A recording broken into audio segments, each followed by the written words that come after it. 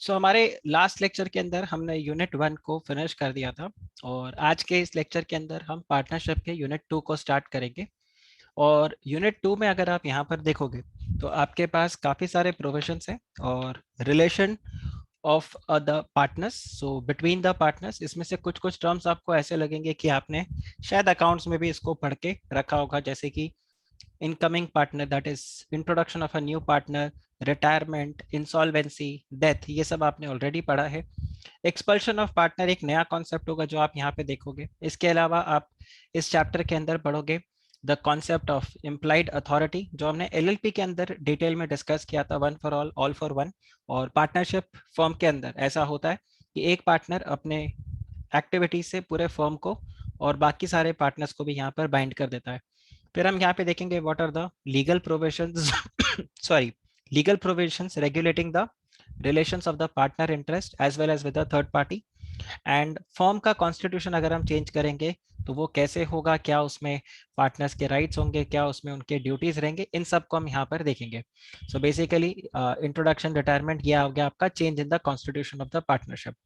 So a lot to cover, let's begin. यहाँ पे section number 9 के साथ हम शुरू करते हैं। और अगर आप सेक्शन नंबर 9 को यहाँ पे देखो तो it says that general duties of the partner. अब ध्यान रखना, जब सेक्शन 9 के अंदर, मतलब लॉ में अगर कहीं पर भी कोई चीज सेक्शन के अंदर लिख दिया गया है, मतलब लॉ उसको मैंडेट करता है।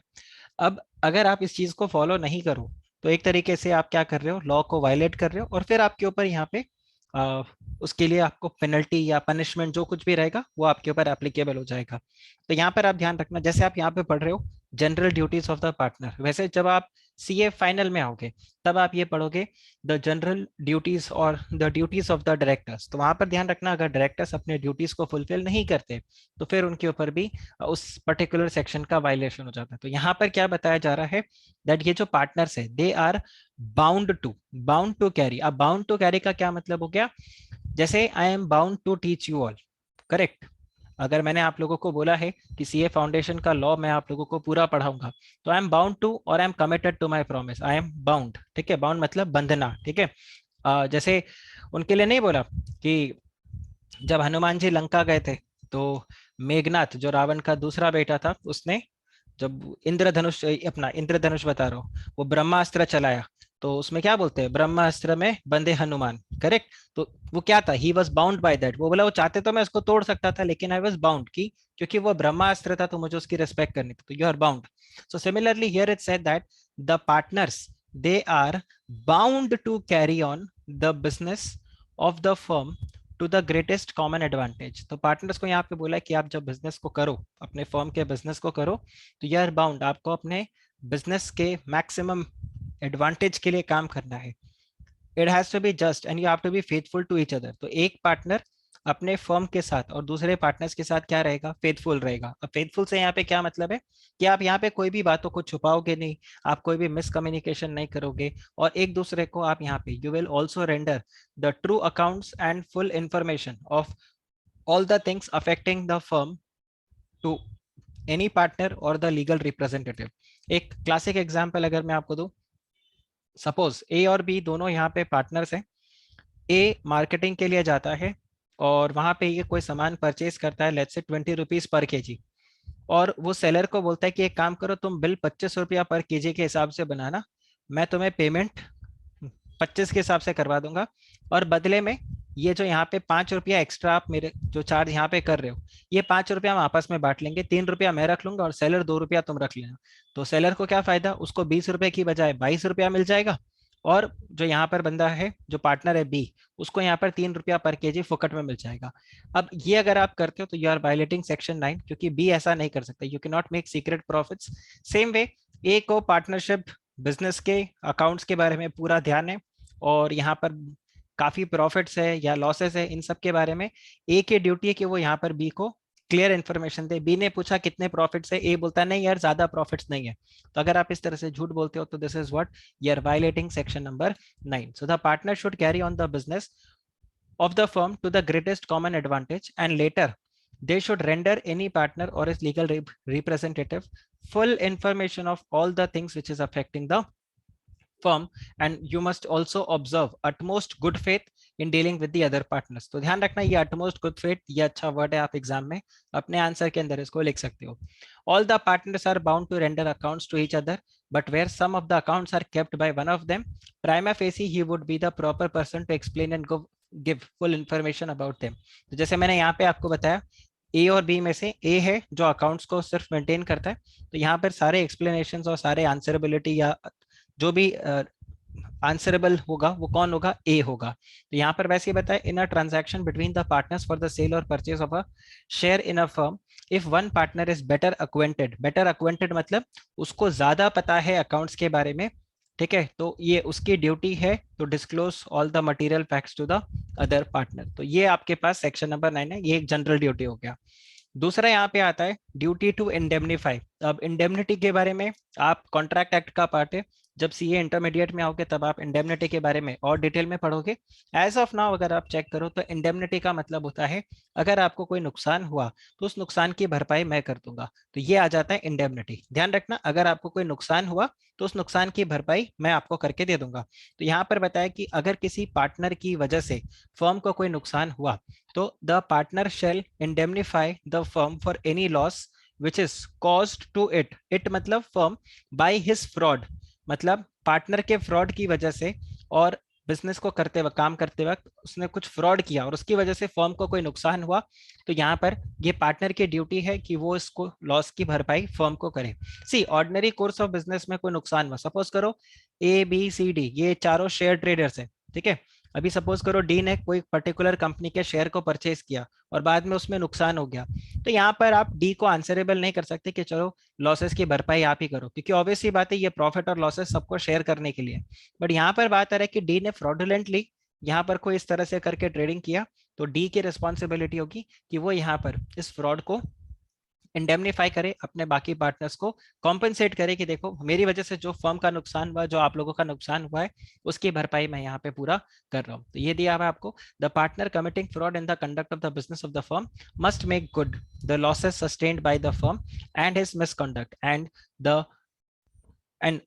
The amount so brought in the partnership should be divided between the partners. तो एक पार्टनर की वजह से जो भी नुकसान यहाँ पर हुआ है वो सारा का सारा नुकसान वहां पर जो बाकी बचे हुए पार्टनर्स है वो यहाँ पर उसको फुलफिल करेंगे। फिर आप देखिए, an act of a partner imputable to the firm और the principal of the agency which is fraud on his co-partner entitles the co-partner as themselves to throw the whole consequence upon him।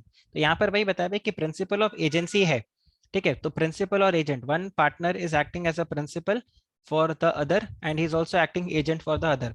तो principal agent, ये जो law of agency वाला provision है, इस provision के तहत अगर आप चेक करो तो यहाँ पर ये पार्टनर को हम फ्रॉड के सिनारियो में लाइबल ठहरा सकते हैं और बाकी बचे हुए जो पार्टनर्स है, जैसे डी ने फ्रॉड किया उसकी वजह से जो भी नुकसान हुआ, अब डी जो पैसे देगा वो एबीसी में ये यहाँ पर इनके पीएसआर के बेसिस पे डिस्ट्रीब्यूट हो जाएगा। फिर अगर आप देखो, determination of the rights and duties of the partner by contract between the partners. अब यहाँ पर क्या बता रहा है कि जो भी पार्टनर्स के राइट्स एंड ड्यूटीज है वो ये क्या कर सकते हैं, अपने अग्रीमेंट के अंदर लिख सकते हैं और उसको अग्रीमेंट के अंदर लिख के डिटरमाइन कर सकते हैं कि देखो ये हमारे राइट्स होंगे, ये हमारे ड्यूटीज होंगे। तो ये बेसिकली इनका पॉइंट है। So subject to the provisions of this act, subject to the provisions of this act मतलब यहाँ पर ऐसा बताया हुआ है कि इस पार्टनरशिप एक्ट 1932 के अंदर जो जो चीजें लिखी हुई है वो तो है ही, मतलब उसमें आप छेड़खानी नहीं कर सकते। मतलब आप कल को ऐसा नहीं बोल सकते अपने अग्रीमेंट के अंदर कि एक पार्टनर अकाउंट्स का डिस्क्लोजर प्रॉपर नहीं देगा, या आप अपने अग्रीमेंट के अंदर ऐसा नहीं कर सकते कि अगर किसी ने फ्रॉड किया तो उसकी भरपाई नहीं करेगा, ऐसे अग्रीमेंट्स आप नहीं कर सकते। तो subject to the provisions of this act, तो आप जो भी पार्टनरशिप अग्रीमेंट बनाओगे वो आपके एक्ट के विद इन ही होना चाहिए। इट्स एग्जैक्टली लाइक जैसे आर्टिकल्स ऑफ एसोसिएशन हो गया, मेमोरेंडम ऑफ एसोसिएशन हो गया।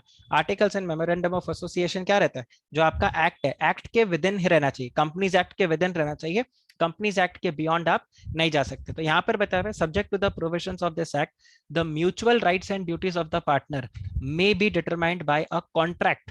ठीक है, ये आपस में कॉन्ट्रैक्ट एग्जीक्यूट कर सकते हैं and such contract may be express or it can be implied in the course of the dealing। तो जैसे नॉर्मल एक कॉन्ट्रैक्ट होता है which can be express or implied, तो यहाँ पर भी वैसा है, बिकॉज पार्टनरशिप एक्ट मैंडेट नहीं करता कि इनको आपस में अग्रीमेंट एग्जीक्यूट करना ही है।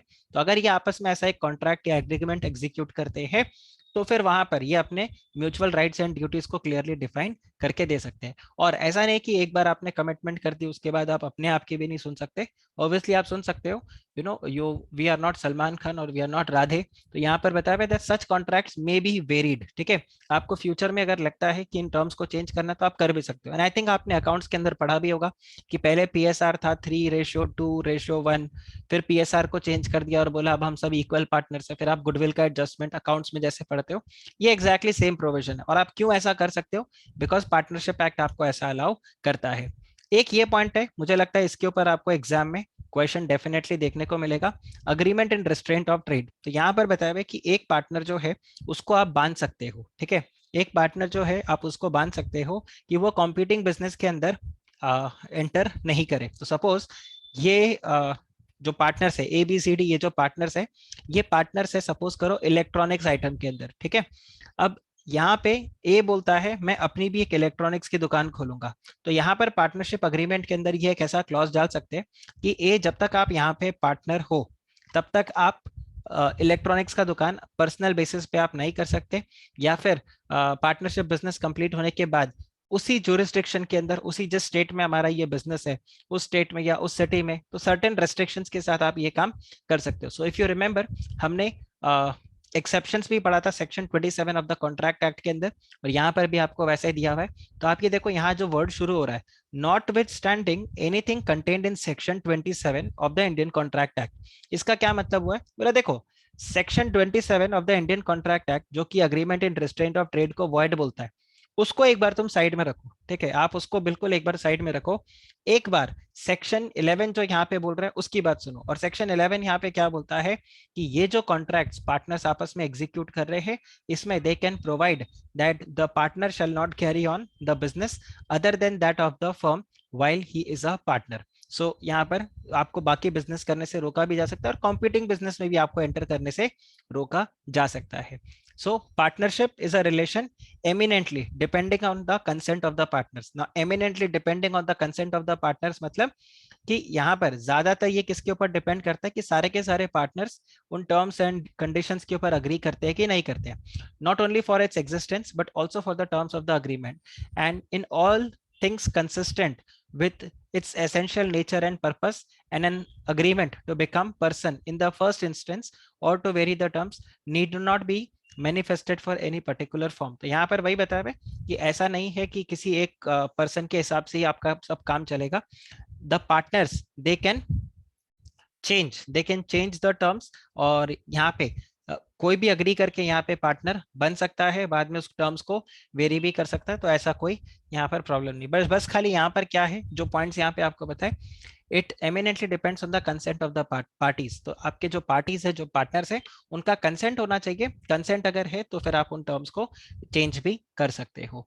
फिर आपको यहाँ पे बताया कंडक्ट ऑफ द बिजनेस। सो जैसे लिमिटेड लायबिलिटी पार्टनरशिप के अंदर भी हर एक पार्टनर के पास राइट है कि वो बिजनेस को चलाए, और डेजिग्नेटेड पार्टनर को हावेवर आप मैंडेट करके रखते हो कि वो कंप्लायंस बेसिस, और जो भी अगर नॉन कंप्लायंस वगैरह होगा तो डेजिग्नेटेड पार्टनर को हम लाइबल ठहराएंगे। बट अदरवाइज अगर आप देखो तो एक पार्टनर जो है वो बिजनेस के अंदर पार्टिसिपेट कर सकता है, सारे एक्टिविटीज में वो पार्टिसिपेट कर सकता है, he can do all the businesses. Same thing is given here that every partner in a partnership firm, every partner has the right to take the participate in the conduct of the business. ठीक है, आप ये नहीं बोल सकते कि चलो तुम आप काम नहीं करोगे, तुम इधर रहो, ऐसा कुछ भी नहीं है। You can work and every partner is again, अब यहाँ पे देखो, bound to attend diligently in his duty. तो ऐसा नहीं कि आप नेग्लिजेंटली वहां पे बिजनेस में काम करो कि कोई बात नहीं, नुकसान होगा तो सब सह लेंगे, तो ऐसा नहीं है। आप डिलीजेंटली काम करो। डिलीजेंटली का क्या मतलब होता है? सोच समझ के, विचार विमर्श करके, और एक समझदार इंसान की तरह। मतलब ऐसा नहीं कि मना सन की आदमी की तरह आप काम करने लगो।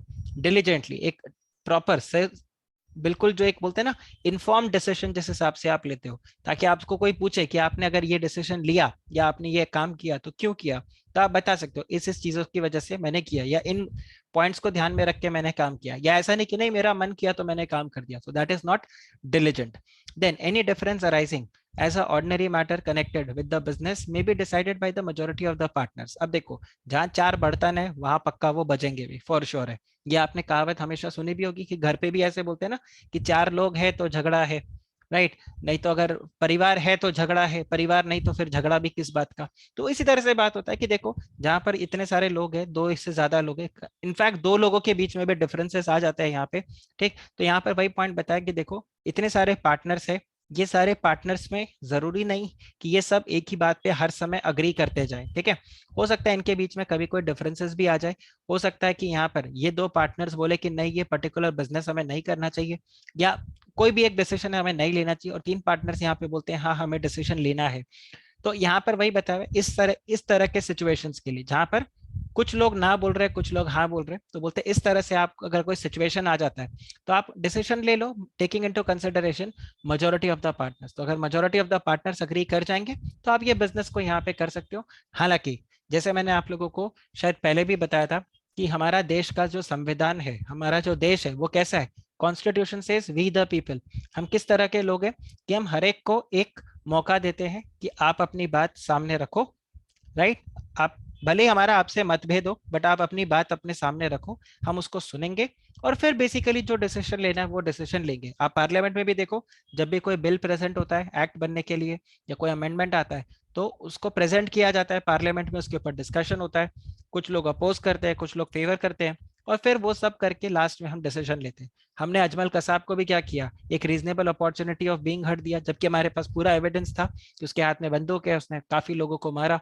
राइट, 79 लोगों को उसने काफी लोगों को मारा, बट फिर भी हमने क्या किया, उसको एक फेयर ट्रायल दिया। तो हमारा देश का संविधान ही ऐसा है, ऐसा देश है मेरा। करेक्ट। सो यहाँ पर सेक्शन 12 भी वही बोलता है कि चलो कोई बात नहीं, अगर डिफरेंसेस आते हैं तो मेजोरिटी ऑफ पार्टनर्स आप आपस में मिलके डिसीजन ले लो। ठीक है, बट एक चीज ध्यान रखना, every partner will have a right to express his opinion before the matter is decided. तो बेसिकली एक बार उनकी बात सुनो कि ये ना क्यों बोल रहे हैं, हाँ भले कर लेना उसके बाद अपने मन की बात ही जो आपको करना है, बट एटलीस्ट आप यहाँ पे सुनना। And no change may be made in the nature of the business without the consent of all the partners. This is very very important. इसका क्या मतलब हो गया कि कल को देखो ABCDE ये पांचों जने बिजनेस में एंटर किए और इन्होंने बोला कि हम इलेक्ट्रॉनिक्स के बिजनेस में जाएंगे। टेक फॉर एग्जांपल हम इलेक्ट्रॉनिक्स के बिजनेस में जाएंगे। अब अचानक से क्या होता है कि ये लोग बोलते हैं, मतलब ये तीन जने बोलते हैं कि हम अब यहाँ पे अचानक से शेयर ट्रेडिंग भी करेंगे। अब जरूरी नहीं कि ये शेयर ट्रेडिंग के लिए ये दोनों अग्री करें। ठीक है, अगर ये दोनों अग्री नहीं करते, इवन तो majority of the partners agree करते हैं, तो भी ये डिसीजन एक्सेप्ट नहीं होगा। क्यों नहीं होगा, क्योंकि ये ऑर्डिनरी मैटर में नहीं है। ठीक है, आम बिजनेस के डिसीजन में नहीं है। ये बात किसके अंदर हो रहा है कि आप बिजनेस के नेचर को ही चेंज कर रहे हो। ठीक है, इलेक्ट्रॉनिक्स का बिजनेस का रिस्क अलग है, शेयर ट्रेडिंग का रिस्क अलग है। तो हो सकता है ये रिस्क लेने के लिए ये लोग अग्री नहीं करें, और इनिशियली जब ये अग्री करे थे तो इन लोगों ने इलेक्ट्रॉनिक्स के बिजनेस के लिए अग्री किया था। हाँ, अब इलेक्ट्रॉनिक्स में आप बोल सकते हो कि हम सैमसंग की डीलरशिप हमने ली है, अब हम उसके साथ में और भी जैसे वीवो ओप्पो के फोन्स को बेचे नहीं बेचे कुछ भी करें, वो सारा डिसीजन आपका अलग बात है। In the ordinary course of business जो डिफरेंसेस आएंगे वो मेजोरिटी से डिसाइड कर लो। लेकिन अगर आप कंपनी के या जो फर्म के नेचर को ही अगर आप चेंज कर रहे हो तो प्लीज सारे के सारे पार्टनर्स का आप यहाँ पर कंसेंट लोगे। ध्यान रखना, ये पॉइंट आपके लिए इंपॉर्टेंट है। एक बार आप इसको दोबारा से पढ़ के देखो, does this make sense?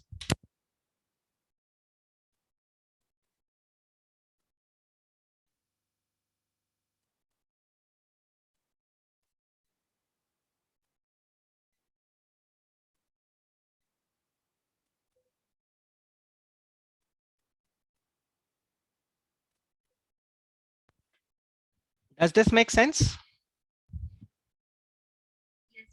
Okay, चलिए आगे देखिए। Every partner will have a right to access and inspect and copy the books of accounts, मतलब copy any books of accounts, जो भी बुक्स ऑफ अकाउंट्स है उसको आप एक्सेस कर सकते हो, आपको मना नहीं किया जाएगा। हाँ, लेकिन आपको ये ध्यान रखना है कि आप ये जो बुक्स ऑफ अकाउंट्स को एक्सेस कर रहे हो, ऐसा नहीं अपने राइवल फर्म्स को जाके वो सारा इन्फॉर्मेशन दे के आ जाओ। तो ये सब चीजों के लिए मना किया गया। So every partner will have a right to access and inspect the books of accounts, but obviously आप उसको वहां पर आगे डिस्क्लोज नहीं करोगे। And in the event of the death of the partner or their legal heirs or legal representatives, they are duly authorized agents shall have a right to access and to inspect the copy of the books of accounts। तो अगर किसी partner का death हो गया तो उनके legal hairs या legal representatives जो भी होंगे उनको राइट मिल जाएगा, वो बुक्स ऑफ अकाउंट्स को एक्सेस यहाँ पे कर सकते हैं। अब इसमें जो एग्जाम्पल्स है, ये एग्जाम्पल्स मैं चाहता हूँ एक बार आप देखो। जैसे suppose this management of the power, ठीक है, right to participate in the business, उसके अंदर आपको दिया हुआ है suppose this management of the power of a particular partner is interfered with and he has been wrongly precluded from participating therein. Precluded का मतलब आपने उसको जानबूझ के पार्टिसिपेट करने से मना कर दिया। तो क्या यहाँ पे कोर्ट इंटरफेयर कर सकता है क्या? तो आंसर इज यस। तो देखो यहाँ पर ऐसे है ए बी सी डी, ये सारे पार्टनर है, ई भी पार्टनर है, बट ये आपस में मीटिंग करते हैं, ये आपस में सारे डिसीजन लेते हैं, ई को कोई कुछ बताता ही नहीं है, इसको एक तरीके से साइड में करके रखा हुआ है। तो क्या ई अगर कोर्ट में गया तो क्या कोर्ट यहाँ पे इंटरवीन कर सकता है क्या? तो इसका आंसर है यस। यहाँ पर क्या बताया है, the court can and will by the injunction restrain the other partners from doing so. तो ध्यान रखना ये एग्जाम्पल आपको एग्जाम में मिल सकता है, हो सकता है स्ट्रेट फॉरवर्ड आ जाए या सिचुएशन बेस्ड आपको बना के दे दे कि A B C D E ये सारे पार्टनर्स है और इस पार्टनर को इस तरह से एक्सक्लूड कर रहे हैं और इसने कोर्ट में जाके केस फाइल किया और ए बी सी डी ये बोलते हैं क्योंकि इनके जो राइट्स है वो आपस में, मतलब जो पार्टनरशिप अग्रीमेंट है उसके हिसाब से चलते हैं, तो कॉन्ट्रैक्ट एक्ट मतलब बेसिकली कोई भी जो कोर्ट है वो इंटरफेयर नहीं कर सकता। तो आंसर क्या होगा, नहीं, कोर्ट यहाँ पे इंटरफेयर कर सकता है। And it may be noted that in this connection that a partner who has been wrongfully deprived of the right of participate in the management has also other remedies जैसे suit for dissolution. मतलब court से injunction order तो वो लेगा ही, ABCD को बोला जाएगा रुको, अब आप ऐसे अकेले काम नहीं कर सकते, ई को इंक्लूड करना आपके लिए मैंडेटरी है, तो ये तो रहेगा ही रहेगा। इसके अलावा अगर आप चेक करो तो ए के पास और क्या राइट आ जाएगा कि वो यहाँ पर सूट फॉर डिसोल्यूशन करते, वो बोलते कि भाई देखो बुक्स ऑफ अकाउंट्स को आप बंद कर दो। वो ये भी बोल सकता है अ suit of accounts without seeking dissolution, वो ये भी बोल सकता है कि मेरे को बुक्स ऑफ अकाउंट्स वगैरह आप दिखाओ और मेरा अकाउंट्स को सेटल करो और फर्म को बंद मत करो बट ये सब सेटल करो। सो अकॉर्डिंगली जैसा भी सिचुएशन रहेगा तो वो बाकी सारे रेमेडीज को भी यहाँ पर ले सकता है। अब ध्यान रखना the above mentioned provisions of the law will be applicable only if there is no contract to the contrary between the parties. ठीक है, अब A B C D E ने अगर सपोज पार्टनरशिप अग्रीमेंट में जब एंटर किया तो वहां पर स्पेसिफिकली बोल दिया था कि E day to day business में पार्टिसिपेट नहीं करेगा, तो ऑब्वियसली बात है फिर ए बी ई बाद में जाके कोर्ट को ये नहीं बोल सकता कि देखो मुझे डे टू डे बिजनेस में पार्टिसिपेट करने नहीं दे रहे। क्यों? क्योंकि उन्होंने अग्रीमेंट के तहत बोला था कि मैं पार्टिसिपेट नहीं करूंगा डे टू डे बिजनेस में, मैं खाली पैसा लगा रहा हूँ, मैं साल में 3-4 बार आपसे मिलूंगा, एक क्वार्टर में आके आपसे मैं मिलूंगा और 3 महीने का एक क्वार्टर होता है। ठीक है, तो मैं 1 महीने में आके, मैं 3 महीने में आके आपसे मिलूंगा और एक बार अकाउंट्स को हम डिस्कस कर लेंगे, या every month I will come, will meet and will discuss the matters. तो डे टू डे बिजनेस में मैं पार्टिसिपेट नहीं करूंगा। अब ई बीच में आके बिजनेस में हर दिन बोलता है मैं पंचायती करूंगा, मैं ये काम करूंगा, मैं वो काम करूंगा, तो ऑब्वियसली एबीसीडी उसको एक्सक्लूड कर सकते हैं और बोलेंगे कि रुको भाई आप पार्टिसिपेट मत करो क्योंकि हमारा अग्रीमेंट इस तरीके से बना था। और बाद में ई अगर कोर्ट में जाता है तो ऑब्वियसली उसको इंजंक्शन यहाँ पर नहीं मिलेगा क्योंकि इन्होंने कॉन्ट्रैक्ट में वैसा लिखा था। ठीक है, बट हाँ अगर कॉन्ट्रैक्ट साइलेंट है इनका तो ऑब्वियसली फिर यहाँ पे A B C D E जो है इनमें से किसी के पास भी ये राइट रहेगा कि वो कोर्ट में जाके केस फाइल करे अगर उसको जानबूझ के सेक्लूड किया जा रहा है।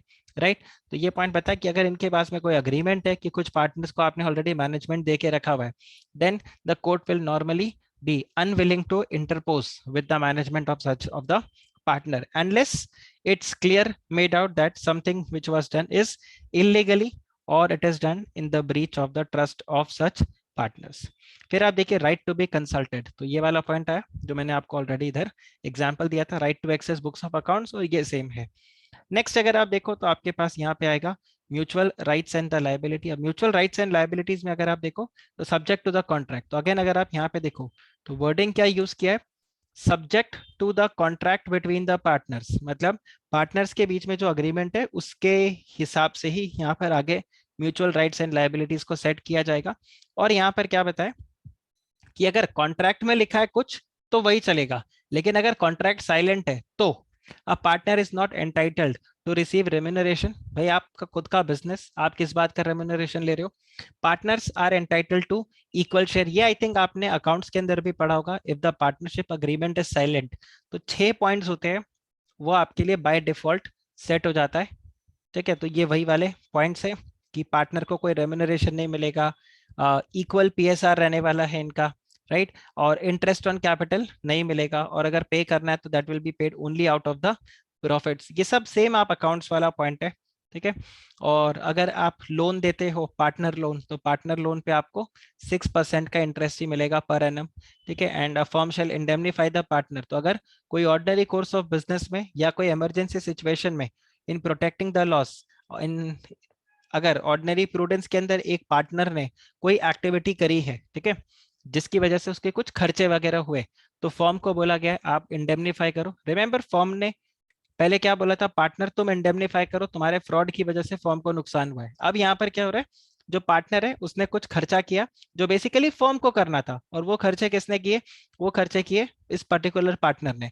टेक फॉर एग्जांपल कोई सैलरी का पेमेंट करना था, कैश विड्रॉ किया हुआ नहीं था, तो एक पार्टनर ने अपने पॉकेट से कैश निकाल के सैलरी को पे कर दिया एम्प्लॉय को। अब आप यहाँ पे बताओ, फर्म की ड्यूटी है कि फर्म इसको इंडेमनीफाई करे, तो फर्म जो भी एक्सपेंसेस एक पार्टनर ने इनकर किए फर्म के बिहाफ पे, उसको यहाँ पर रिम्बर्स कर देगा। और सपोज करो कोई एक्स्ट्रा ऑर्डिनरी सिचुएशन आ गया, इमरजेंसी जैसा सिचुएशन आ गया, सपोज गोडाउन में आग लग गई, तो ऑब्वियस सा बात है वो पहला पार्टनर ये नहीं बोलेगा सारे पार्टनर्स को पहले फोन करके पूछो कि एम्बुलेंस मंगवाना है कि नहीं मंगवाना है। तो ऑब्वियस सा बात है आग लगेगी तो एक ऑर्डिनरी प्रूडेंस, एक समझदार इंसान वो क्या बोलेगा कि भाई फटाफट से फायर ब्रिगेड को बुलाओ और आग को बुझवाओ, जिससे आपका गोडाउन में जो स्टॉक पड़ा है वो लॉसेस आपके कम हो जाए।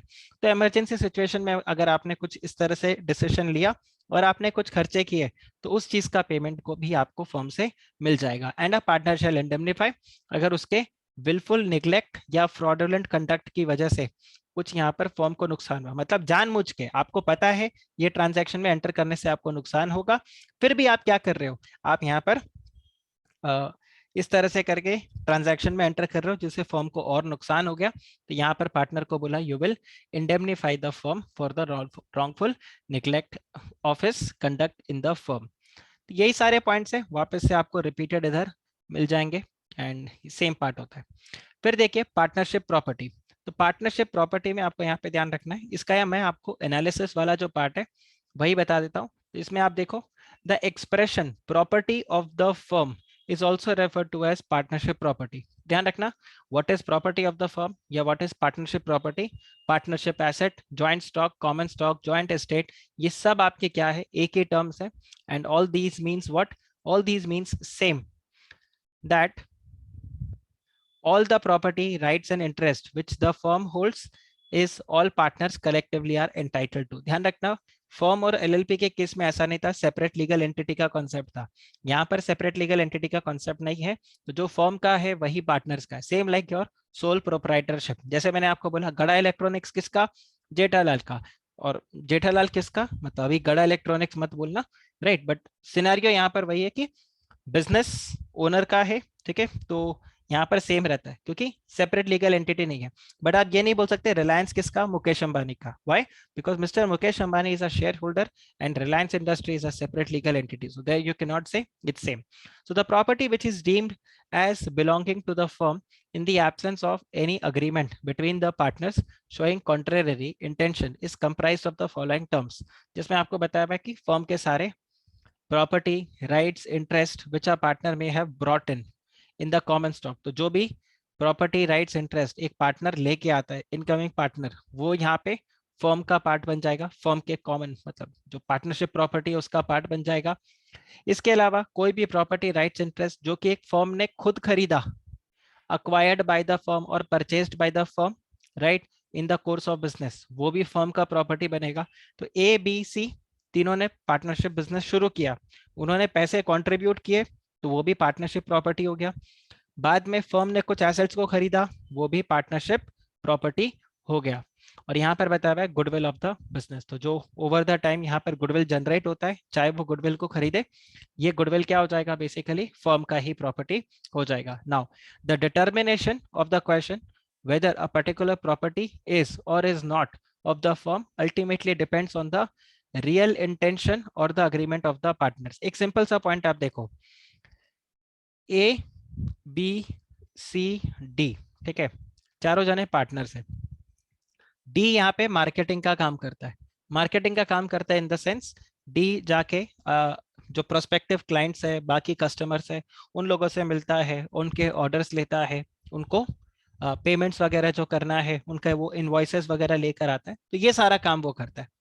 अब ऑब्वियस सा बात है, अगर ये ट्रैवलिंग का काम कर रहा है तो डी को खुद का कुछ व्हीकल वगैरह चाहिए होगा, गाड़ी या कोई टू व्हीलर, ठीक। या फिर दूसरा ऑप्शन है कि वो पब्लिक ट्रांसपोर्ट को यहाँ पे यूज करे, या फिर कैब, टैक्सी, ओला, उबर, ऑटो, ये सब को करे। अब यहाँ पर ए क्या बोलता है, देख मैं ना अपनी गाड़ी लेके आता हूँ और फॉर्म के बाहर खड़ा कर देता हूँ, या मैं अपनी बाइक लेके आता हूँ और वो फॉर्म के बाहर पूरे दिन धूप में खड़ी रहती है। इससे अच्छा एक काम करो, तुम वो बाइक को ले जाया करो और जो भी आपका मार्केटिंग का काम है वो आप प्रॉपरली कर लो, राइट। एक तो ये, दूसरा आप बस खाली एक काम करना कि इसमें फ्यूल आप फिल करवा देना, राइट। जो मेरे बाइक का फ्यूल का खर्चा है, वो बाइक का फ्यूल का बिल जो रहेगा वो 80% फर्म पे कर देगा। तो अगर मैं 1,000 रुपए का, 10,000 रुपए का सपोज करो पेट्रोल भरवा रहा हूँ, तो उसमें 2,000 रुपया या हम चेक कर लेंगे कितने किलोमीटर फर्म चला, या जो भी आपस में अग्रीमेंट कर लेते हैं। तो बेसिकली ए क्या करता है, ए अलाउ करता है डी को कि वो उसकी बाइक ले, ठीक है, और मार्केटिंग के काम के लिए चला जाए। अब आप मुझे बताओ, ये जो बाइक है, this Honda bike, right, this Honda bike belongs to whom? Does this belong to the firm? क्या ये फर्म की प्रॉपर्टी है या ये ए की पर्सनल प्रॉपर्टी है? अब आपको ये यहाँ पर चेक करना होगा कि ए ने जब अपना बाइक दिया डी को, वो किस तरीके से दिया था, मतलब क्या इनके बीच में अग्रीमेंट हुआ था जब ए ने अग्री किया था कि डी उसकी बाइक को यूज कर ले। क्या सिर्फ ऐसा था कि जैसे मैंने आपको सिचुएशन बताया कि देखो धूप में खड़ी रहती है, इससे अच्छा आप ले जाओ, तो अभी हमें नया बाइक भी नहीं खरीदना पड़ेगा, पैसे बच जाएंगे, आगे जब बिजनेस थोड़ा सेट हो जाएगा तो हम कोई टेम्पो परचेज कर लेंगे, या हम एक फर्म के नाम पे एक बाइक ले लेंगे। इस तरह से करके इनिशियल में आप मत करो, इनिशियल में आप मेरे एसेट को यूज कर लो। तो in this particular scenario you cannot say that this is firm's property. Why? Because ए का इंटेंशन बिल्कुल क्लियर है कि ए ने ये फर्म के अंदर कंट्रीब्यूट नहीं किया। हाँ, लेकिन ए सपोज करो बिजनेस में है और वो ये बोले कि देखो हम सबको 3-3 लाख रुपए बिजनेस में लगाने, मेरे पास 3 लाख रुपए कैश नहीं है, मेरे पास 2 लाख रुपए कैश है और 1 लाख रुपए की बाइक है, तो मैं काम करता हूँ ये बाइक को कंट्रीब्यूट कर देता हूँ, then of course this will become the property of the firm. तो ये पॉइंट आपको ध्यान रखना है। तो इसके ऊपर आपको एक क्वेश्चन देखने को मिल सकता है, और इधर क्लियरली उसमें बताया हुआ है that the determination of the question whether a particular property is or is not the property of the firm ultimately depends on the real intention or the agreement of the partners. Thus, the mere fact that the property of a partner is being used for the purpose of the firm shall itself, ध्यान रखना, एक particular partner का asset just business में use हो रहा है, shall itself not make it as a partnership property. Why? Because यहाँ पर आपको ये एस्टैब्लिश करना होगा कि ये एसेट जो फर्म यूज कर रहा है वो फर्म को उसने दिया है, मतलब फर्म में कंट्रीब्यूट ही कर दिया है। So unless it is intended to be treated as such, तो एक अगर अपना बाइक देने का इंटेंशन ये था कि चलो इसको फर्म का पार्ट ही बना दो, तो बात अलग है, फिर वो इसके कंट्रीब्यूशन में काउंट हो जाएगा, अदरवाइज नहीं होगा।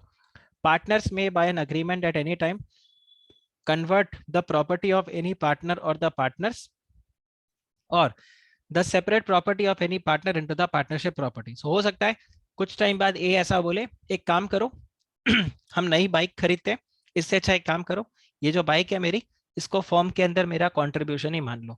तो यहाँ पर ये काम भी हो सकता है, ठीक है। आई होप ये वाला पार्ट आपको क्लियर हो गया होगा। क्या ये वाला पार्ट क्लियर हुआ आप लोगों को?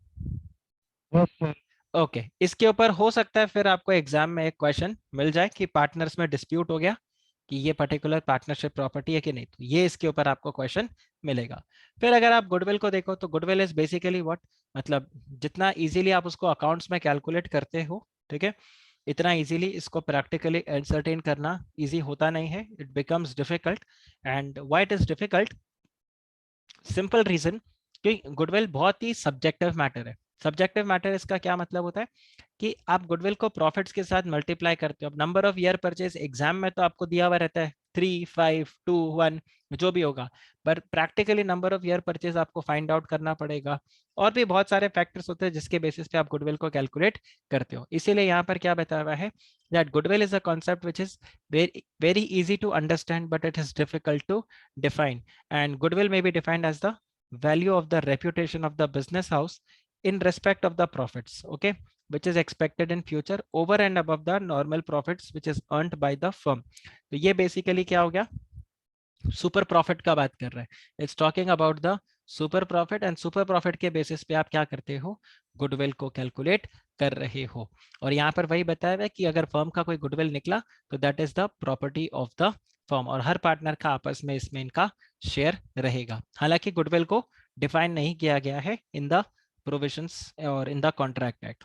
Now when a partnership firm is dissolved, every partner has a right, and in the absence of an agreement to the contrary, the goodwill of the business sold for the benefits of all the partners. तो जो भी goodwill होगा firm का, उसको किसी और firm को बेच दिया जाएगा, और वो यहाँ पर बेसिकली ट्रेड नेम हो सकता है, ब्रांड नेम हो सकता है, कोई ट्रेडमार्क हो सकता है, उसको कौन यूज करेगा, कोई दूसरा फर्म यहाँ पर यूज करेगा। जब आप उसको बेचोगे तो आपको बेसिकली क्या होगा, पैसे मिलेंगे, और ये पार्टनर्स के बीच में डिस्ट्रीब्यूट हो जाएगा उनके पीएसआर के अंदर।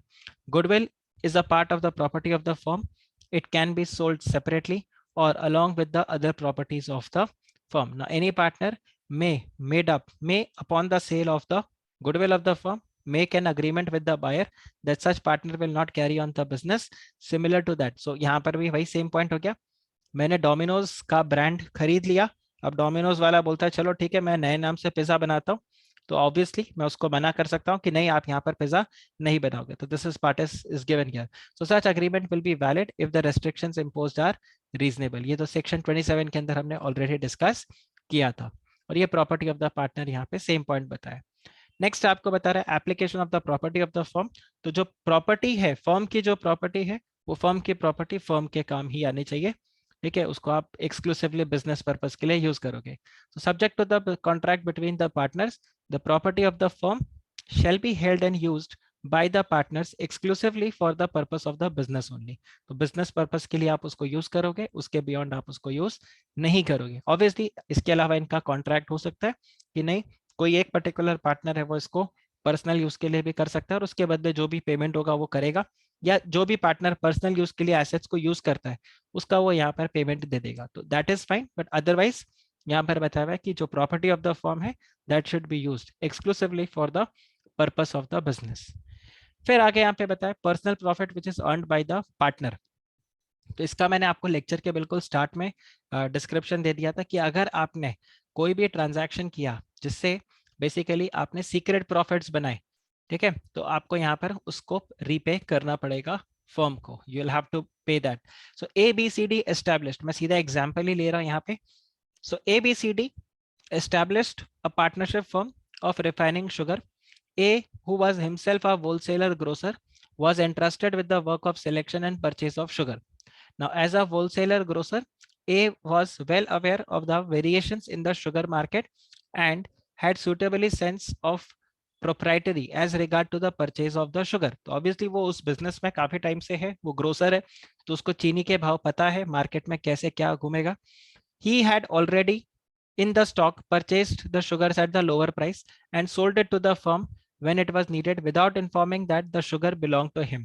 तो ऑब्वियस सा बात है यहाँ पर उसने क्या किया, सीक्रेट प्रॉफिट बना लिया। तो आपको अगर ध्यान हो, मैंने शायद लास्ट लेक्चर के अंदर भी आपको ये पॉइंट बताया था कि ये ऐसा नहीं कर सकते। सपोज यहाँ पर इस वाले केस में आप देखो तो ए ने यहाँ पे जो ग्रोसर है इसको पता था आने वाले टाइम में चीनी का भाव बढ़ने वाला है, तो वो चीनी का परचेज करके गोडाउन में स्टॉक कर लेता है, और जब फर्म को देता है तो फर्म को काफी महंगा यहाँ पर देता है। तो this is basically not correct. और आप यहाँ पे देखो he is also violating the very first provision of this chapter, जो हमने यहाँ पे बिल्कुल स्टार्ट में देखा था, general duties of the partner, you have to be faithful to each other. तो आप फेथफुल नहीं हो, क्यों? क्योंकि आप यहाँ पर क्या कर रहे हो, सीक्रेट प्रॉफिट अर्न कर रहे हो, तो ये उसका भी ग्रॉस वायलेशन यहाँ पर आपके लिए हो जाएगा। So you have to be very very careful कि आप ऐसा यहाँ पे पर्सनल प्रॉफिट नहीं कमाओ। तो इस तरह से करके अगर आपने कोई भी पर्सनल प्रॉफिट कमाया विदाउट इन्फॉर्मिंग, हाँ आप पार्टनर्स को इन्फॉर्म करके करते हो, there is no problem, but if you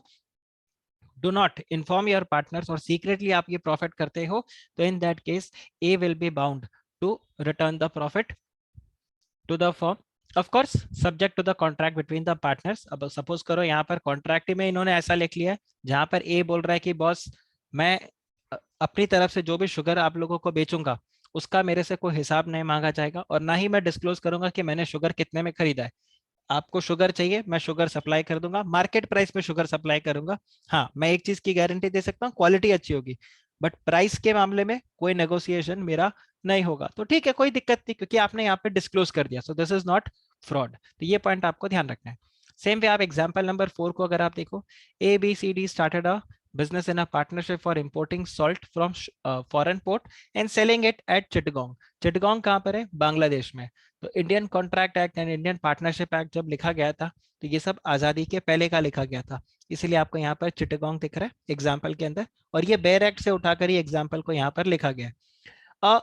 A struck certain transactions in salt in his own account, which were found to be of the same nature of the business carried on by the partnership. So it was held that A is liable for that. So A ने अपने personal नाम पे भी कुछ कुछ accounts पे transactions यहाँ पे कर लिए थे, और बाद में जब फर्म्स को पता चला, बाकी पार्टनर्स को, कि ए इस तरह से सीक्रेटली यहाँ पे पार्टनर्स के साथ मतलब धोखा कर रहा है, ये इस तरह से करके बिजनेस कर रहा है, तो यहाँ पर इसको बोला गया आप क्या करोगे, आप जो भी लॉसेस है उनको, मतलब जो भी प्रॉफिट्स आपने कमाया, वो सारे के सारे प्रॉफिट्स को आप रीपे करोगे पार्टनर्स को। तो ये यहाँ पर आपको बताया गया है, और ये एग्जांपल शायद मैंने आपको 2-3 बार अलग अलग सिचुएशंस में उठाकर दे भी दिया है। फिर आप देखिए यहाँ पे आता है rights and duties of a firm after the change in the firm. तो चेंज इन द फर्म कैसे कैसे होगा? When a partner comes in, when there is a death of a partner, और when the partnership carries on. मतलब basically यहाँ पर क्या हो गया, आपने इलेक्ट्रॉनिक्स के लिए शुरू किया था, अब आप शेयर ट्रेडिंग करने लग गए हो, तो आपने बिजनेस का जो वो नेचर है वही चेंज कर दिया, तो आप यहाँ पे बोलोगे there is a change of the firm, या फिर change of the firm is carried on or when the partnership is carried on after the expiry of the fixed period। अगर आप लोग कमेंट सेक्शन पे अटेम्प्ट कर सको तो मुझे बताओ इसको क्या बोलेंगे, इसको क्या बोलेंगे? Where the partnership business is carried on after the expiry of the fix term, इसको हम बोलते हैं partnership at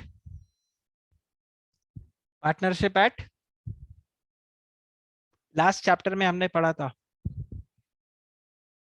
this is called as partnership at will. Okay, अगर याद हो तो आप ये देखो, हमने चैप्टर 1 के अंदर 2 तरह के पार्टनरशिप को देखा था, अगर आपको ध्यान हो तो।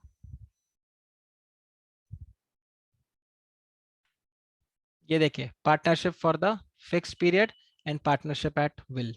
Anyway, let's get back. तो क्या होगा after the change in the constitution of the firm? जो पार्टनर्स के म्यूचुअल राइट्स है वो एग्जैक्टली आपके क्या रहेंगे? सेम रहेंगे। Where the change occurs in the constitution of the firm, the mutual rights and the duties of the partners in the reconstituted firm it remains the same as they were before after the expiry of the term. तब भी यहाँ पर क्या रहेगा? तो ये basically क्या हो गया? पार्टनरशिप एट विल हो गया। तो पार्टनरशिप एट विल के अंदर भी उनके राइट्स क्या रहेंगे? एग्जैक्टली सेम रहेंगे, ये चेंज नहीं होने वाला। और अगर आप कोई नया बिजनेस को शुरू करते हो तो उस नए बिजनेस में आप क्या कर सकते हो, आप चाहो तो जो ओरिजिनल टर्म्स है उसी के हिसाब से आप अपने टर्म्स रख सकते हो, या फिर हो सकता है आप नए टर्म्स को भी उठा के रख लो। जैसे एक एग्जांपल, जब इलेक्ट्रॉनिक्स बिजनेस में जा रहे थे तो हमने बोला सबका PSR क्या रहेगा? इक्वल 1:1:1। अब जब हम यहाँ पे शेयर ट्रेडिंग के अंदर चले गए तो हो सकता है 5:3:2 हो जाए, तो ऐसा भी कर सकते हैं, या फिर हम चाहे तो इसको 1:1:1 भी कर सकते हैं। फिर देखिए the relation of the partners to the third party, ये ऑलरेडी म्यूचुअल एजेंसी वाला पॉइंट हमने डिस्कस किया हुआ है, one for all for one. तो आपको यहाँ पर ये ध्यान रखना है कि the partners are the mutual agents, they are acting as agent for the other partners, they are also acting as the principal for the other partners as well as the firm। तो ये same point section 4 में जो बताया है, so you may recall, तो पिछले lecture का ही पूरा बात कर रहे हैं। So subject to the provisions of this act, a partner is the agent of the firm for the purpose of the businesses of the firm. तो ये सेम पॉइंट आपको रिपीट यहाँ पे बताया। फिर implied authority of the partner, ये भी same आपका, हमने LLP में भी इसके बारे में डिटेल में डिस्कस किया था, that subject to the provisions of section 22 a partner, an act of a partner which is done to carry on in a usual way the business of the kind carried on by the firm binds the firm। तो basically एक partner दूसरे partner को भी यहाँ पर bind करता है। So the authority of a partner to bind the firm is conferred is called as the implied authority। Now in the absence of any usage or custom of trade to the contrary, the implied authority of a partner does not empower to। तो इन cases में क्या बोला गया है यहां पर there is no implied authority. अब ये कैसे डिसीजंस है? ये ऐसे बड़े डिसीजंस है जो आप ऑर्डिनरी कोर्स ऑफ बिजनेस में नहीं करते। ठीक है, ये दो और आपके यहाँ पे पॉइंट्स है। तो ये ऐसे बिजनेसेस है जो आप ऑर्डिनरी कोर्स ऑफ बिजनेस में नहीं करते। आप मतलब आपको यहाँ पर सारे पार्टनर्स को डिस्कस करके करना होगा। अगर किसी एक पार्टनर ने अकेले ने ये डिस्कशन मैंने डिसीजन ले लिया और आपने ये प्रूव कर दिया that he was not authorised to do so, so in that case यहाँ पर वो डिसीजन वॉइड हो जाएगा। और क्या है ये डिसीजंस? यहाँ पर बात होता है जैसे submit a dispute relating to the business for an arbitration. तो अगर कोई डिस्प्यूट है फर्म का और उससे रिलेटेड आप यहाँ पे क्या कर रहे हो, आप जा रहे हो कि आर्बिट्रेशन के अंदर हम उस मैटर को ले जाए, so not allowed.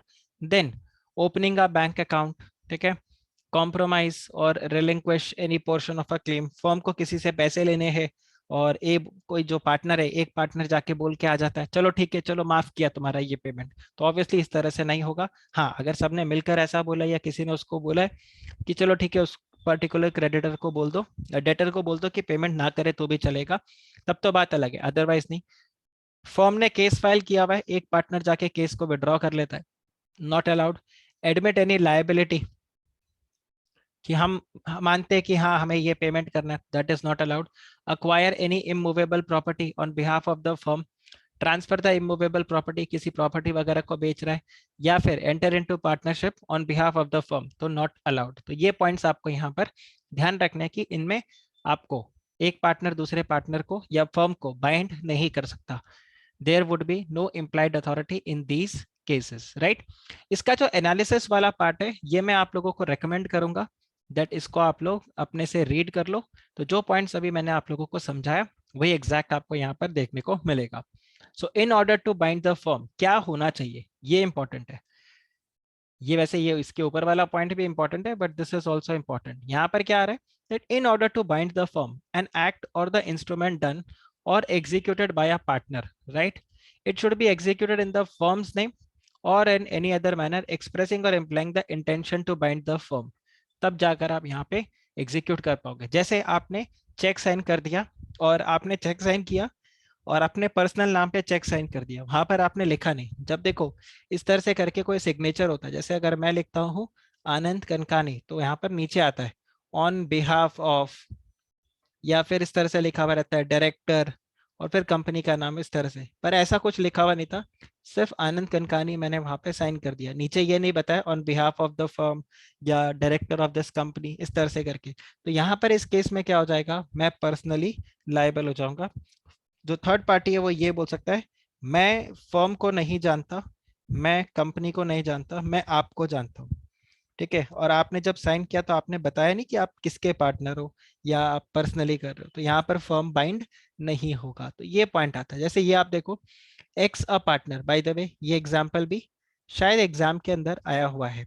X a partner is a firm of solicitors. Solicitors क्या होते हैं, फिलहाल आप समझो लॉयर्स की तरह, ठीक है।